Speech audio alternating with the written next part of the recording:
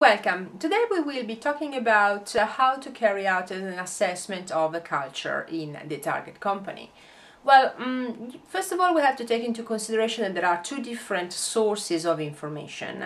There are secondary sources and primary sources. In this video specific, I will be talking about the secondary sources of information.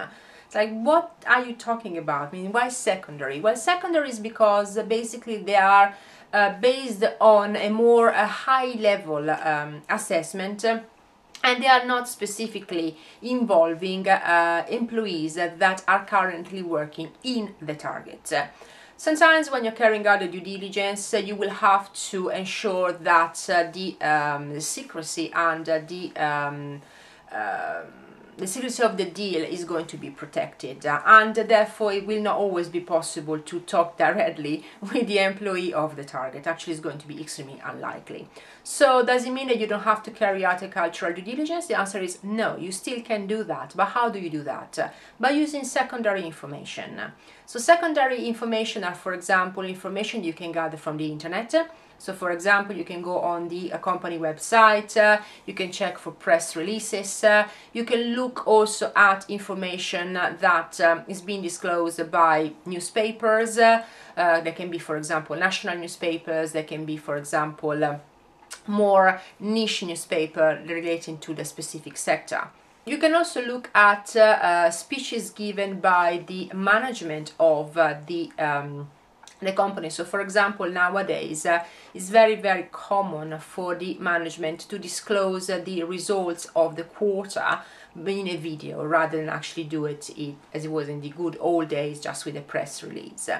There are also two other elements you can take into consideration, and one is to speak, so basically carrying out interviews with your employees that actually used to work for the target company.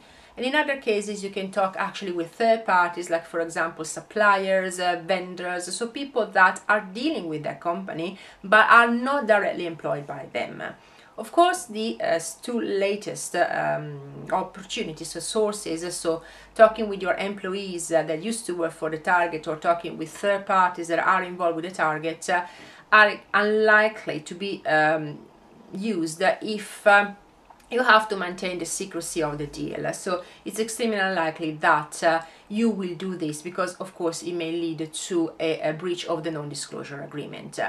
Another thing you have to take into consideration when using secondary sources of information is that the opinion that are expressed by previous employees or by suppliers are fundamentally subjective and also very superficial, because at the end of the day it could be that someone has been working with a company 5 years ago or 3 years ago, and maybe they left in very bad terms, so they are a little bit bitter with the target. Or for example, some suppliers, they want to be not to disclose information in detail, because of course they want to preserve the relationship that they have with the target.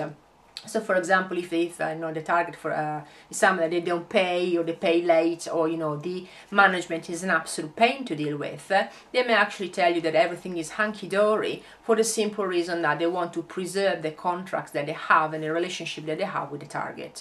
So secondary sources of information when carrying out an assessment of the culture is extremely important, but they have to be used with a pinch of salt. And that's why we will talk about in my next video the primary sources of information and the importance of using those tools and use them effectively in order to be able to gather the information that you really need to determine whether the culture of the target and of the purchaser are actually a good fit or not. Thank you so much for watching.